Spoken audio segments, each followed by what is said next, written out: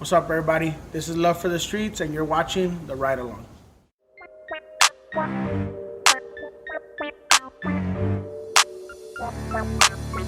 Ride with us, slide with us, come vibe with us. Stay cruising with real hitters and dime pieces. Ain't nobody else comparing to the things we on. You got love for the streets, why don't you ride along? Ride with us, slide with us, come vibe with us. Stay cruising with real hitters and dime pieces. Ain't nobody else comparing to the things we on. You got love for the streets, why don't you ride along? So today we're out here in Simi Valley at SS Motorsports, and today we're featuring this car. I'm gonna let the owner introduce himself. What's up? My name is J.O. I'm with Integrity Car Club, but I'm also known as ManCaveTV. And I'm going to show you guys my 1993 Cadillac Fleetwood, also known as Feeling Blue.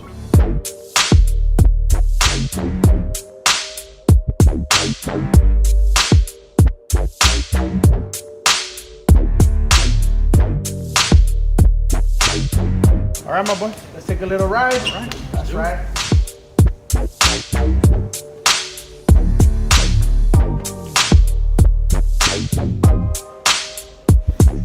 Oh yeah.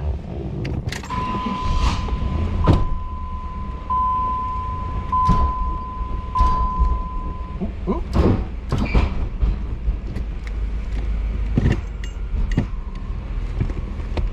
So what's up with you, Nacho? How you doing, man? Chilling, dog. That's good. I've been wanting to do this episode for a while already, dog. I'm glad you hit me up, man.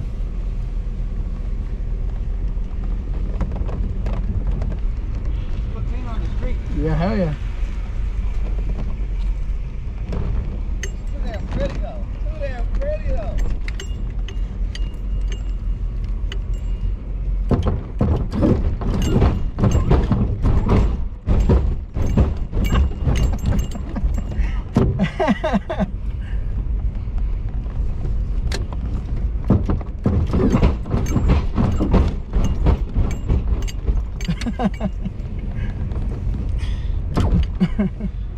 So tell us a little bit about the car, dog. Like, what do you, how long have you had it? You know what I mean? Like, you know, I want to know how long you've been from your club, you know, how long the club's been around. Okay. Yeah, well, for the car, so I've had this car going on 7 years. I bought the car stock, found it out of Van Nuys. All right. I had the car cut. First thing I did to the car is I took it to Homie's Hydraulics. I had Homie's Hydraulics cut it, basic setup, 2 pumps, 8 batteries, front, back, corner to corner. From there, I rode the car for probably a couple years like that. So it was blue, it was just stock blue? Yeah, it was just a light, just a stock light blue, which you can still see some of it on the car, like the pillars on the outside, and that's the original color.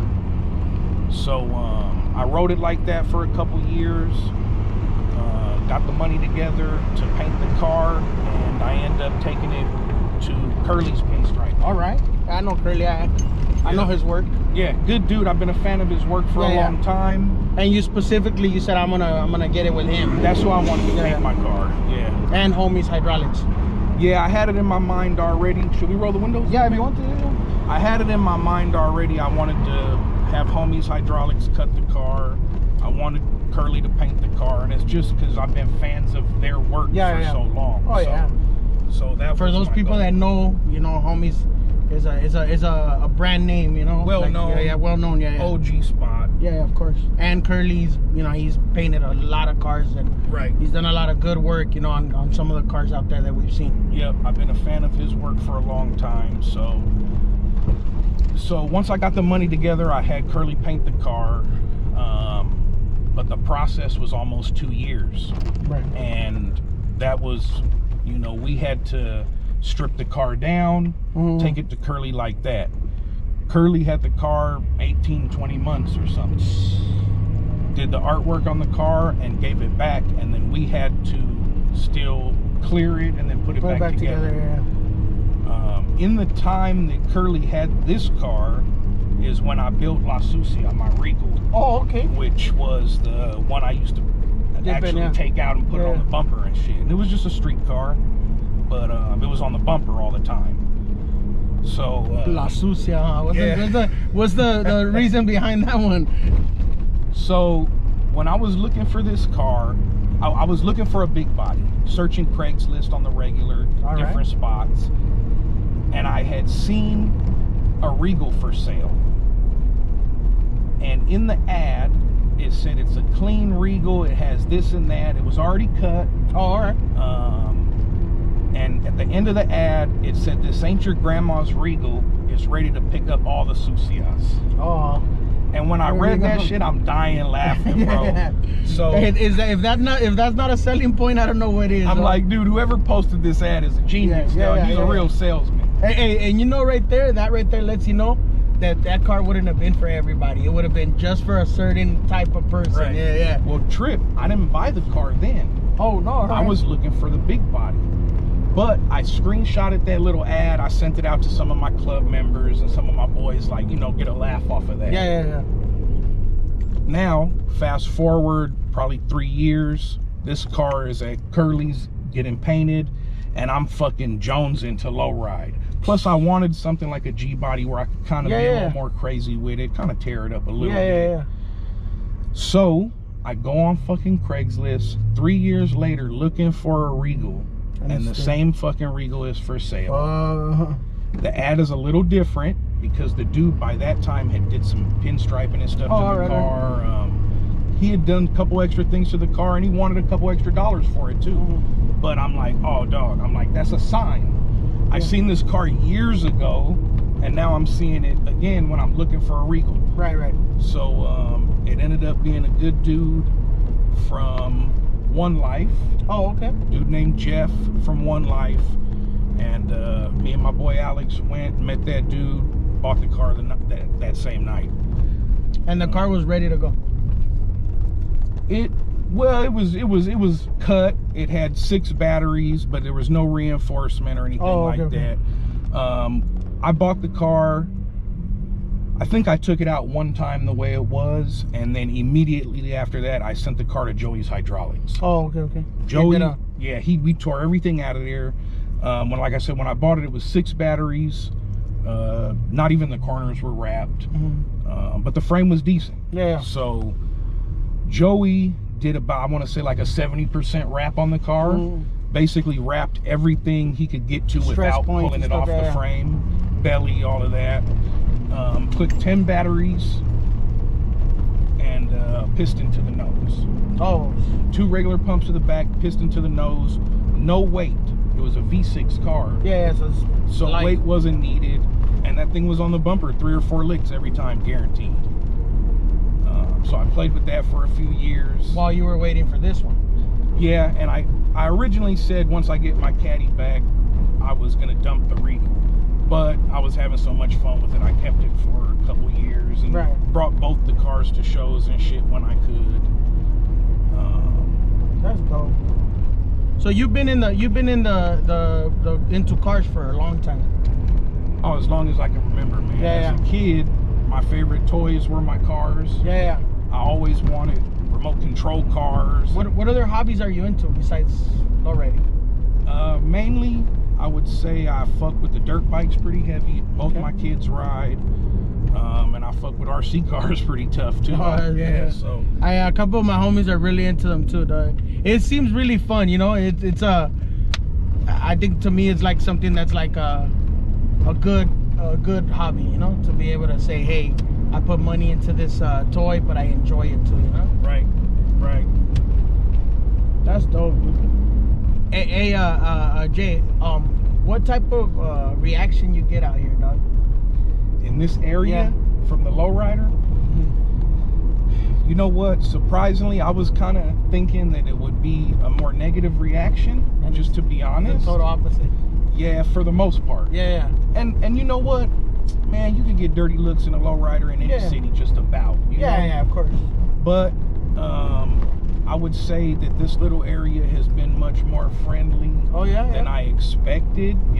But I also kind of stay out of the way and do my own thing.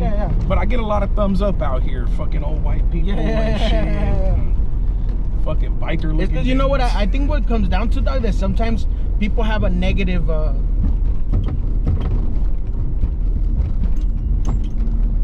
people have a negative like point of view, like they think that it's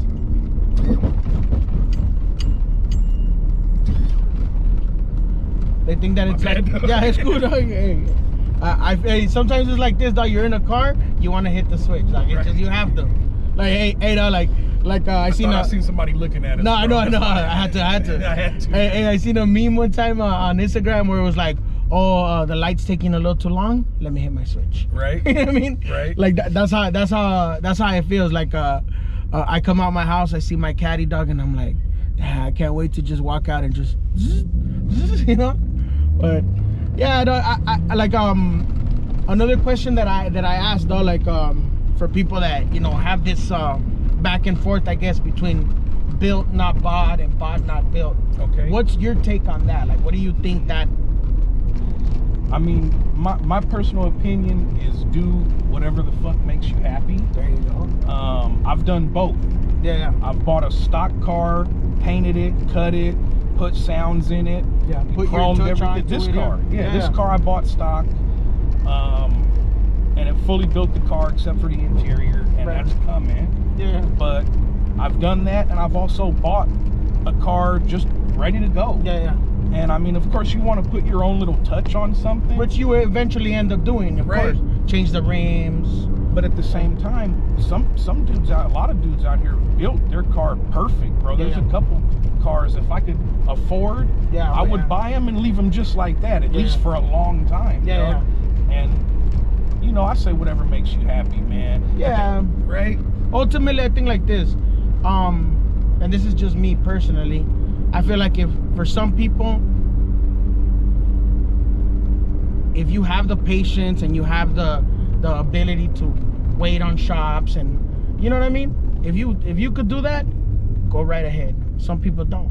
Some Right. people say, I have the money now, I want to jump in the car, I want to take off, it's perfect the way it is, I like the way it is. Like, somebody comes in and wants to buy this car, you know, if the price is right, you know, you're gonna be like, here you go. Everything And anywhere it goes, you know, you're gonna be like, yeah, I built that car, I sent it to get painted. Yep. You know, I put the hydraulics in it, whatever, you know. Yeah. So I think that at the end of the day, like, it's whatever you feel more comfortable with, you know, wherever your pockets are, you know, your patience also. And that's another thing, just the weight, man. You Yeah, gotta dude. have a lot of patience to fucking build one of these cars. I have yet to meet somebody, though, that has built a car in less than a year. Oh, I mean, a really built car? Yeah. No, that's unheard of, man. Yep. I mean, like I said, shit, paint on this alone took close to 2 years. Yeah.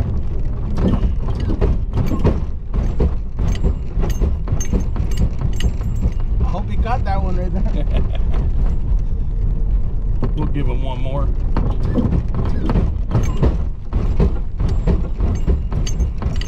Feeling blue out here doing inches. What is that, chipping? Yeah, a little chipping. Yeah. Hey, do you remember back in the days, back in the old Crenshaw days and all that, you were out there? You know what?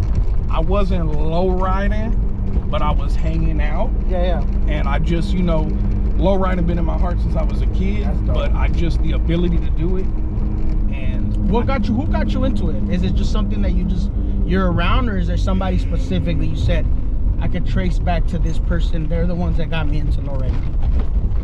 you know what? The first car that I ever really paid attention to was my next door neighbor's dad. Okay. A kid named Mark, and his dad's name was Mark, and their dad had an Oldsmobile on Dayton's. Okay. It wasn't cut, but I remember that being the first car that I looked at and was like, damn, that's really nice. Yeah. And probably with, you know, shortly after that, I had seen my first lowrider drive past my house, you know, just sitting on the porch. And the car was, you know, pinstriped and probably had some leaf in or something, because I just remember looking at the paint and just tripping, man. And that was the first car, you know, the first two cars that I ever remember catching my attention, and they just so happened. And it's like a lowride fever, huh? Like after that, it's like buying magazines and paying, now you start paying more attention, right? Like to like music videos and whatever, you know, wherever you get a glimpse of it, huh? And it started, you know, I started obviously I was building models. Model lowriders in junior high. Yeah, I did that too, dog. I still have some actually, and now my kids are like, Dad, bring them down. You know, I have them in my attic, you know, just in a box somewhere. Yeah. That's dope. And I do think about it, but I say, damn, no, they're probably worth something now, you know? Probably. Yep. Probably. How long you been from your car club for? Shit, I've been rolling with my club for about a little over 6 years, actually. I've been plaqued up. You want to go this way? Yeah, I've been plaqued up for 5 years and change. Oh, all right. Yep. How long your club's been around? My club is we're going on our 8th year. Oh, all right. So we would have done a 7th year anniversary picnic this year, but due to the COVID bullshit, we just didn't want to even ask people to come out. Yeah, it's not the same. Yep, but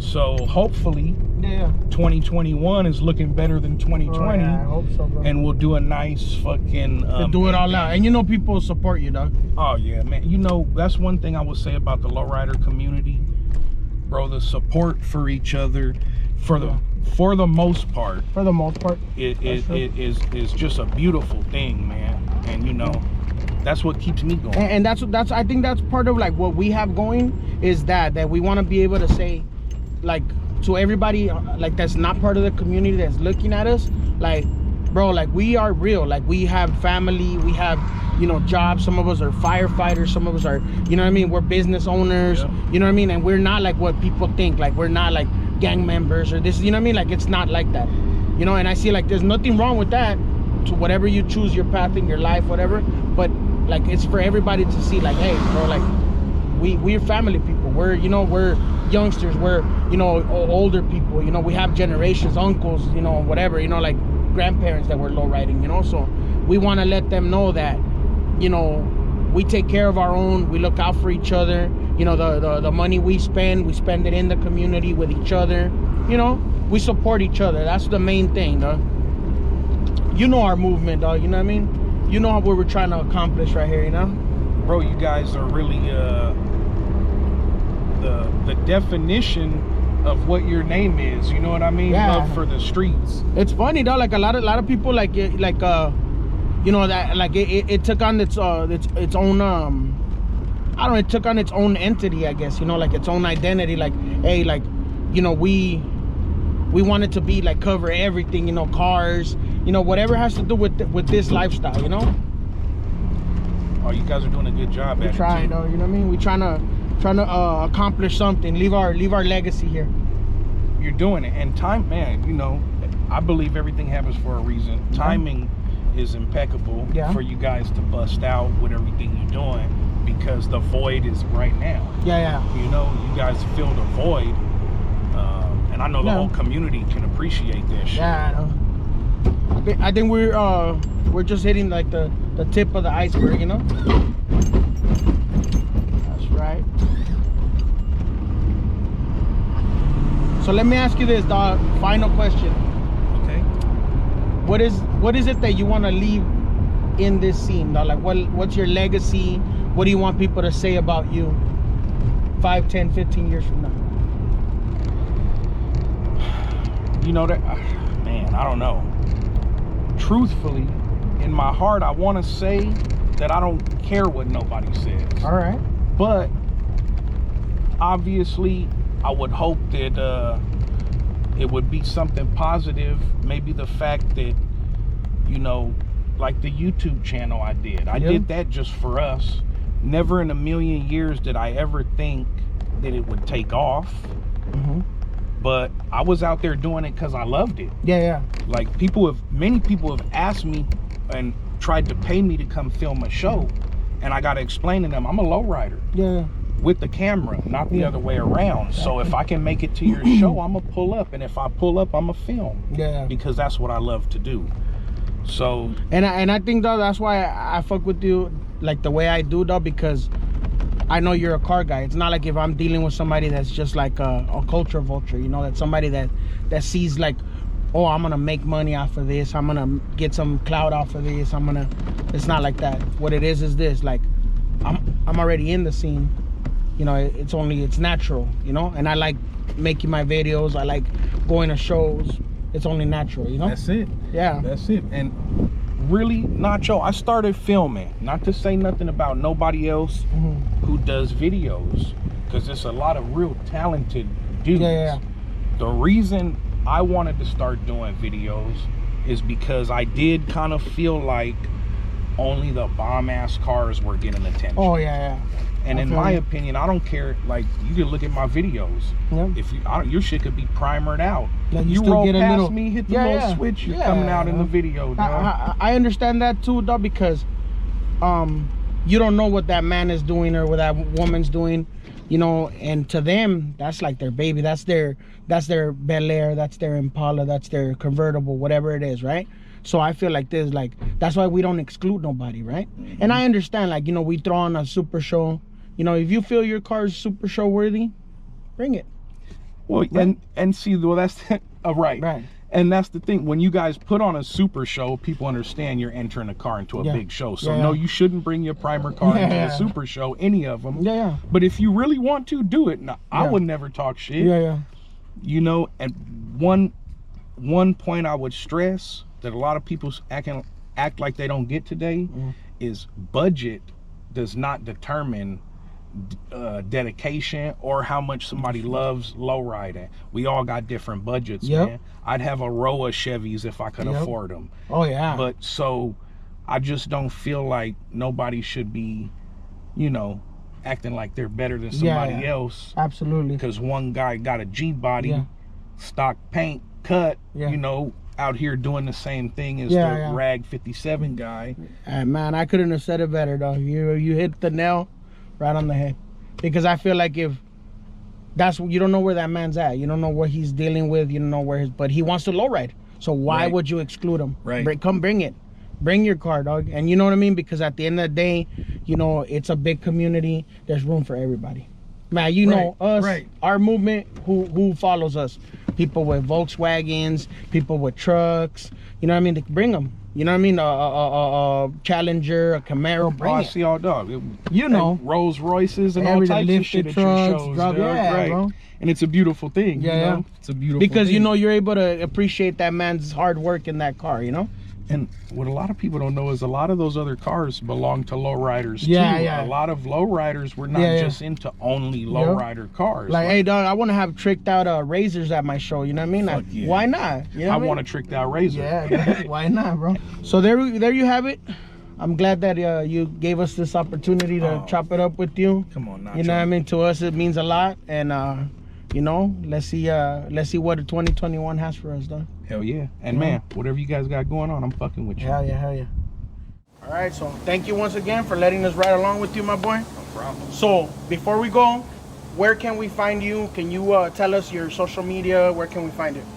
So on Instagram, you can find me at ManCaveTV.lowriders. And then on YouTube, where the real action is, that's ManCaveTV, all one word. And when you get a chance, check that out for some real lowrider shit. That's right. You have a good one. See you at the next one. You already know. Once again, much love, bro. All right, guys. Thank you guys for riding along. And make sure you guys like, subscribe, share the video, and stay tuned for next week's episode. I'm going to feature another badass car. See you guys then.